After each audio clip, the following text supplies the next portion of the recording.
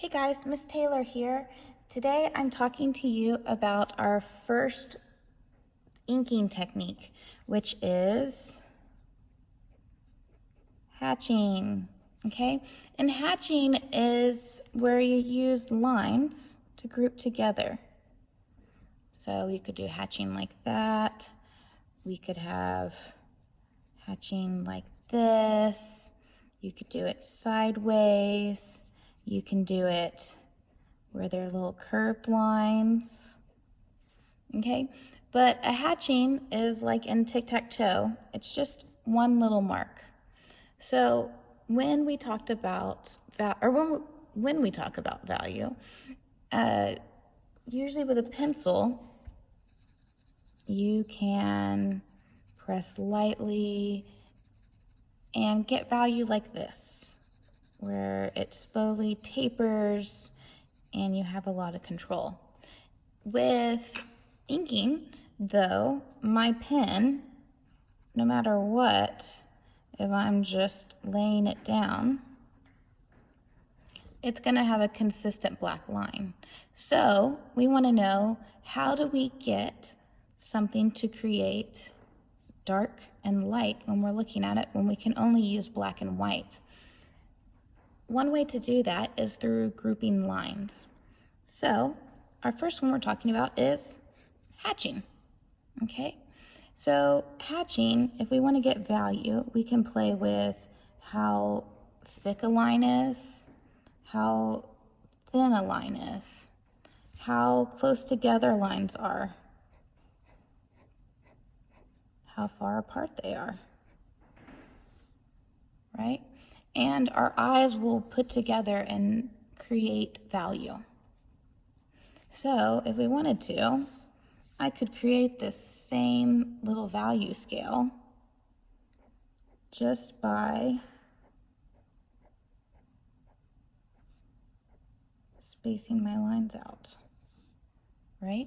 And we see a dark to light situation, okay?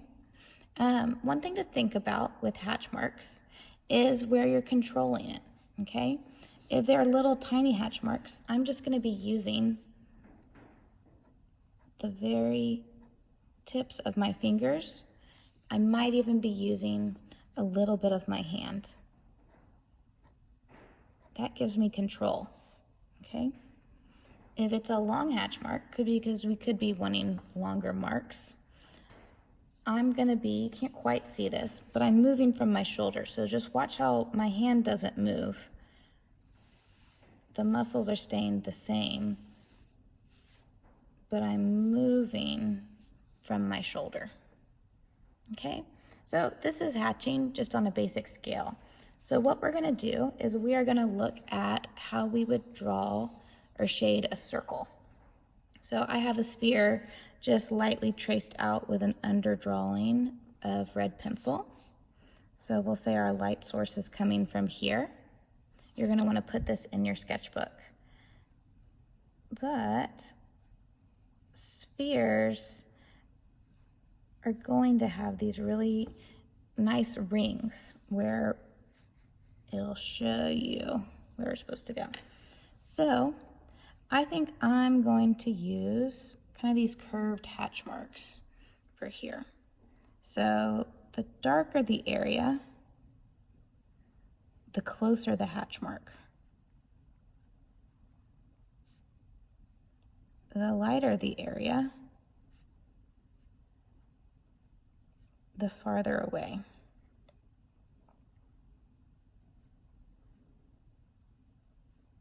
Okay, so we can go back in and layer these.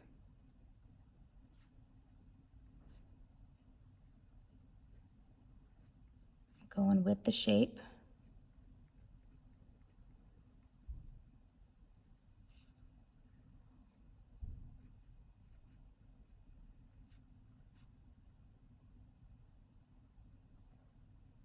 I might change the shape up a little bit right here.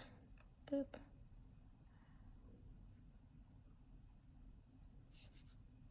Okay. I'm going to use some sideways hatch marks.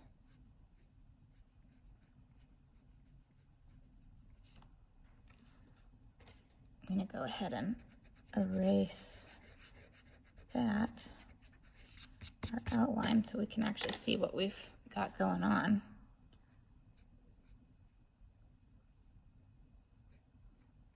Darken up here, and I'm just repeating little lines.